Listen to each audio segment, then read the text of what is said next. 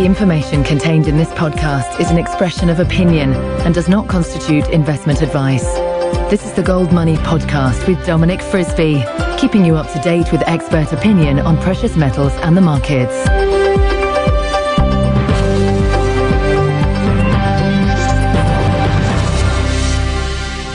Hello and welcome to the Gold Money Podcast, hosted in association with Frisby's Bulls and Bears, with me, Dominic Frisby.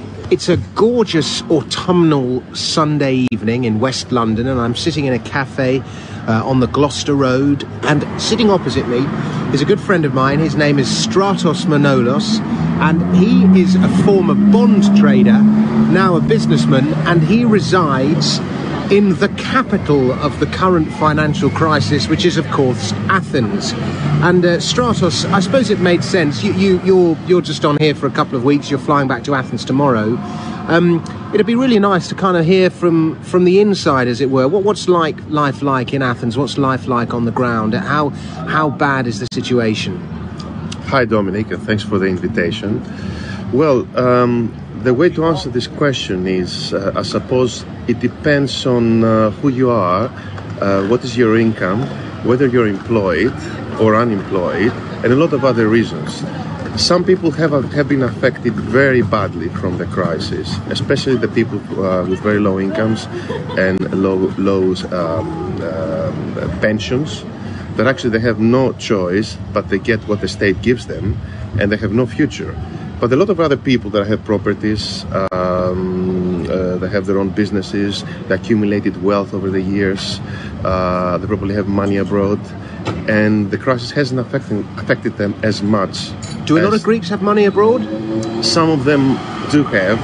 I wouldn't say a lot, and there's been a lot of mythology about it, because a lot of people thinking of Greece, they think of ship owners, which is a tiny proportion of the population. Most of them have made the money internationally and not in the country anyways. Yeah. So a lot of the money that actually they made, they were made outside the country. Some people have moved the money outside Greece the last 3 years since the crisis started. Because they're worried about banks? Yes, and I can tell you, I think I read a figure of something like 120 billion. Well, I'm not sure, it could be like 100 to 120 billion left the country in the last 3 or 4 years. Now, since the last elections, which they were held in July, some 15, 20, 25 billion have come back. And there are two ways that people do it. First, there are people that have accounts abroad, and they just make a bank transfer. Very simply, there's a free movement of capital in the EU. Yeah, you're allowed to do it, no problem. And there are some other people that don't have this capacity to hold accounts, and they don't want to go through the hassle of opening one, and they just remove the money and put it into safes or under the beds. Oh, really? Yes, and these are the ones that the quickest to return the money back to the banking system when things stabilize a bit. So yes, it's been tough, and the toughest of all, I think, has been the level of unemployment.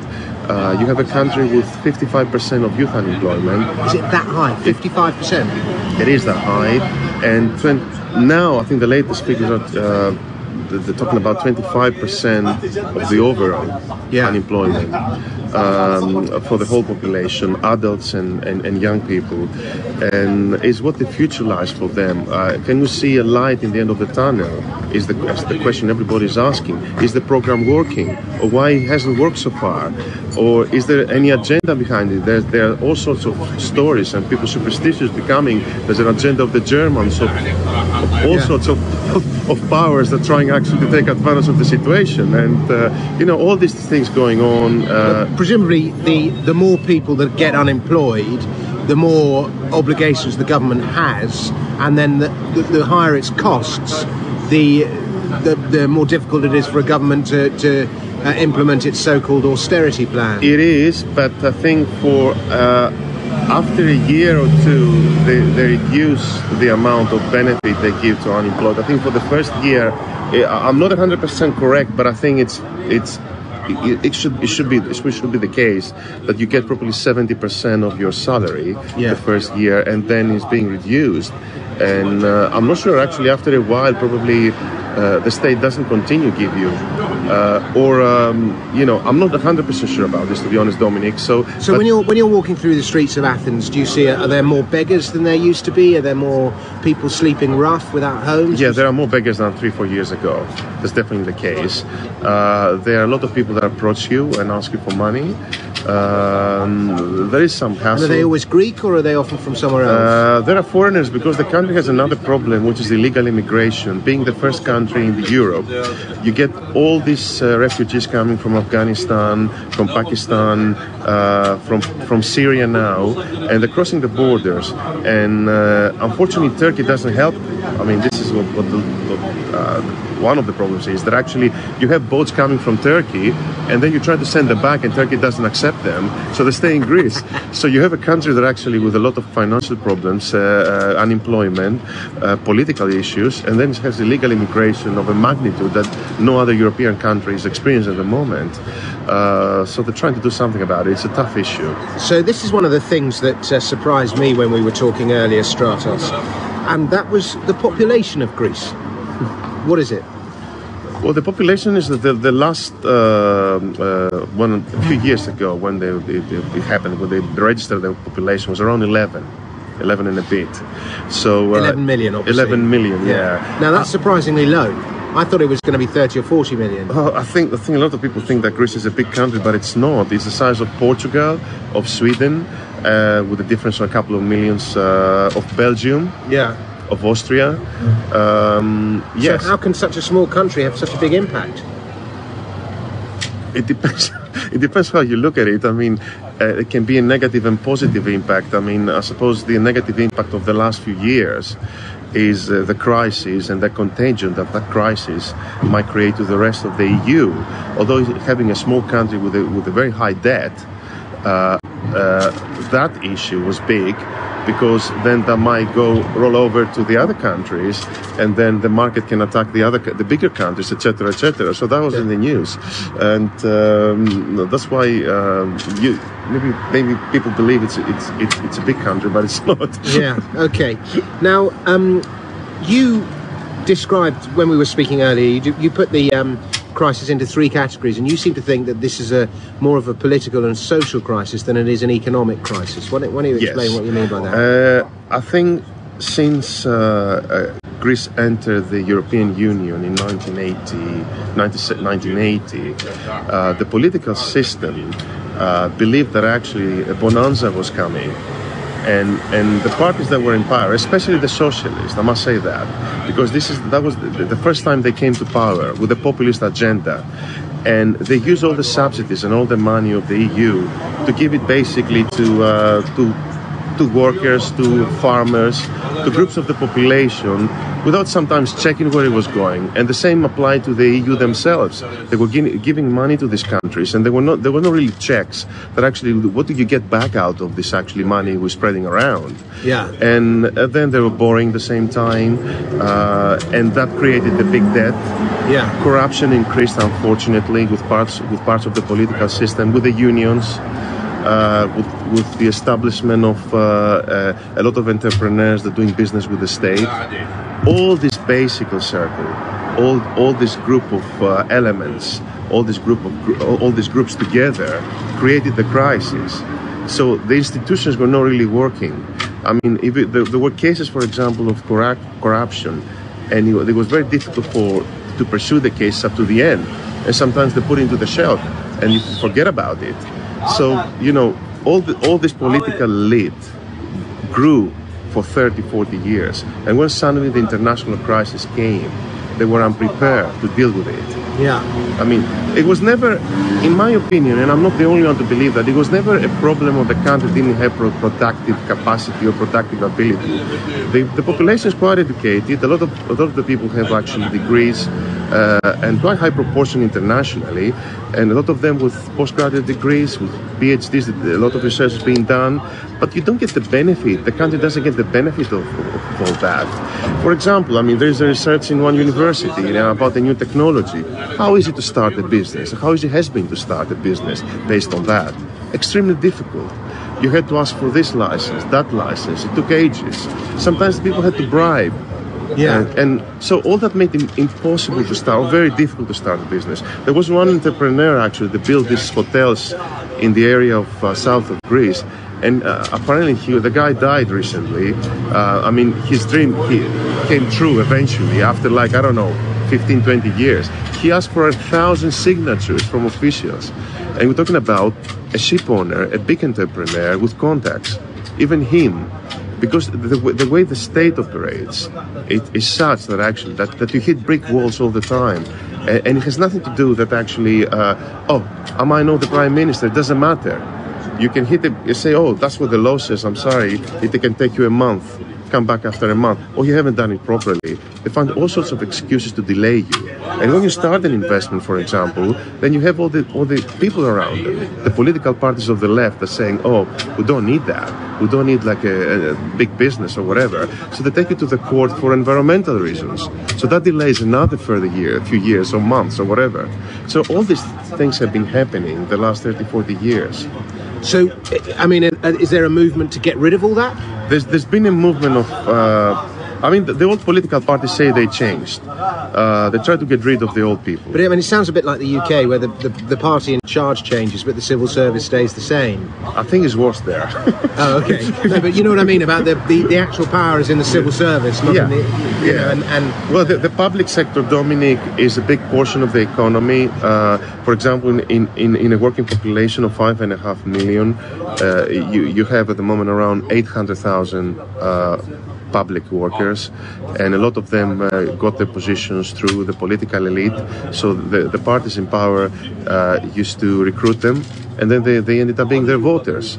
So you can see how the whole system was working. It was not a healthy system, and a lot of the productive capacity of the country had to go abroad or do much less than they could have done. Yeah. And the country suffer. Of course there are some healthy companies, don't get me wrong. Entrepreneurship is very high in Greece. Everybody wants to become entrepreneur. People have ambitions, they have ideas. There are some healthy companies, even big, small and medium ones. But there are a lot of the other ones that actually survive because they're getting contracts from the state. Yeah. Which is not always a healthy. No, I would say it's unhealthy. It's very unhealthy. Some people call it rent seeking. Yeah, so when the Troika arrived, when the crisis 2010, they're trying to implement a program that did have obviously a lot of faults, because the first time they implemented such a big program. Yeah. But a lot of the reforms were absolutely necessary, and unfortunately, some of the political elite, because the program hasn't worked fully and created a lot of a big recession, a recession running for a few years with very high unemployment, they tried to blame the program as a whole. And this is the trick here. So the population are not happy with it. The political parties say, oh, that was a disaster. But parts of that program, especially the reforms, the country had to do themselves. They didn't have to ask for a program to implement it. They had to do it themselves, and they didn't. Yeah. And so this whole thing gets confused. The population gets confused about it. Do we like the program? No, we don't. But the program has some good elements. So it's a very tricky question. The whole issue is a very tricky question. If you ask my opinion, the program has very, very positive elements, but the way it was implemented from the beginning, especially with the pressure of the IMF, created a very big recession. Okay. Now, is there a big movement to leave the euro, or do the Greeks want to stay in it? Okay, 75% of the population in the last poll wanted to stay in the euro. And a lot of people are fearing going to drachma for many reasons. One of the main reason is that if you have your own currency, you have to manage it responsibly. And that hasn't been the case in the country for 30, 40 years when they had the drachma.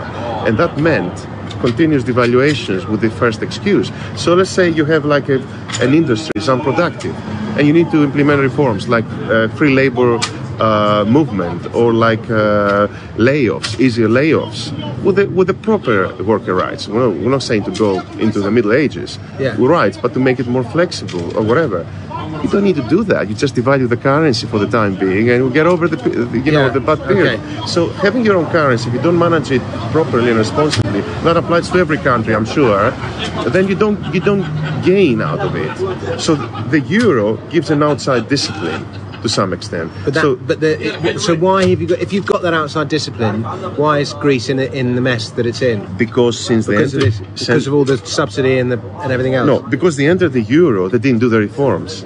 Okay. Which is the ones that now they're trying to force in a short time. Yeah. So now that the whole thing has, the whole crisis is out of proportion, they tried to do the reforms that could have been done when things were much better and the economy was growing, and they didn't. What's your prediction? How is it going to go from here? My prediction is the following. I think they probably just make it into the euro. I think they're probably going to stay in the euro. There are risks on the way. We've suddenly had a meeting of gentlemen right next to us, so sorry about the noise, but anyway, carry on. I think they will stay in the euro. It's going to be hard. I think the trick here is the government is in power at the moment. It's a government of three parties. If they stay for a longer time and they implement fully what they say they will, you might see some good things coming out of Greece, and especially investment opportunities for a lot of foreign investors, and you see probably unemployment coming down. Now the risk, as I said, is the political risk. The people get fed up. Members of the parties in power, they can't take the difficult decisions they're voting for, and they bring the government down. That's the risk I see. Okay. Yeah, and on the other hand, the good thing is that in the EU at the moment, the leadership of the EU, which was Mr. Hollande, and I think also Germany is changing their attitude. They want to make this work now, and they don't want to play around, with the problems they had so far. They want to put the institutions right. I'm not saying it's an easy thing, and all people disagree they're going to succeed. But I think the cost of tearing apart this project is much higher than trying to keep it together for everybody involved. Okay, so if I could sum up what you just said, I would sum it up with the words muddle through. Would you agree with that? I think you're right, Dominic. Okay. When you're unsure, I suppose muddle through is often a good prediction to make. So my last question to you, we had Dave Skarica on the show a couple of weeks ago, and Dave was saying that that he over the summer he'd been buying Greece, and could find arguments to justify buying the Greek stock market. Would you agree with that? Or? Yes, I can tell you something that happened the last few weeks. The Greek debt has been doubled in price because of the more positive sort of news coming out of the country. Mrs. Merkel came to Greece a few days ago. That was unthinkable. You mean yields have fallen? The price of the bonds, let's say, was 15 cents to the euro, and now it's 28, I think. Okay. 27, depending on the maturity. Now, there are hedge funds. There are some of them American hedge funds that in the summer, when everybody thought that actually the leftist party became second in the elections, they might come first, and they might actually lead into Greece leaving the euro, or the other partners want Greece just to go and leave them alone, basically. They were buying at the time, taking a huge risk. I mean, I don't know the details. They must have doubled actually their money. So a lot of people have made money. The stock market has rallied in the back of the good news, also of the mergers between the banks. So the country had five big banks. Now they're coming down to 3. So that's brought some solidity. Yeah, the stabilizing. It's better for the depositors. So they're not many people would like to flee the money and take them out because they're going to be stronger. The banks are about to be recapitalized by the program. By the money coming from under the program. So yes, obviously be careful on the way. Monitor the situation, but I've seen myself some private projects actually starting being implemented. I've been dormant for a few years, so they look positive, but there are obstacles on the way. But yeah, it looks much better than a few months ago. There you go. Well, ladies and gentlemen, you heard it here first. Stratos, it's been a real pleasure to talk to you, and you've given an excellent interview. And listen, thank you very much for doing that. You don't write a report, or you don't want people getting in touch with you? Do you want to? Is there, if people want to, is there a way they can, or do you want to? Well, I can give them my old business email, which sometimes I sort of communicate with people. This is I spell it is Stratos Stratos @ actioninvest.com. There we go. AXION. AXION invest.com. Okay, great. I'll put a link. Well, I won't put a link because loads of people you'll get emails from robots. But it's stratosm@axioninvest.com. There we go. Thanks very much, Dominic, for having me. My pleasure, Stratos Manolas. Thank you very much. Subscribe to the Gold Money newsletter at www.goldmoney.com to receive email updates on new articles, videos, and iTunes podcasts from our Gold Research section.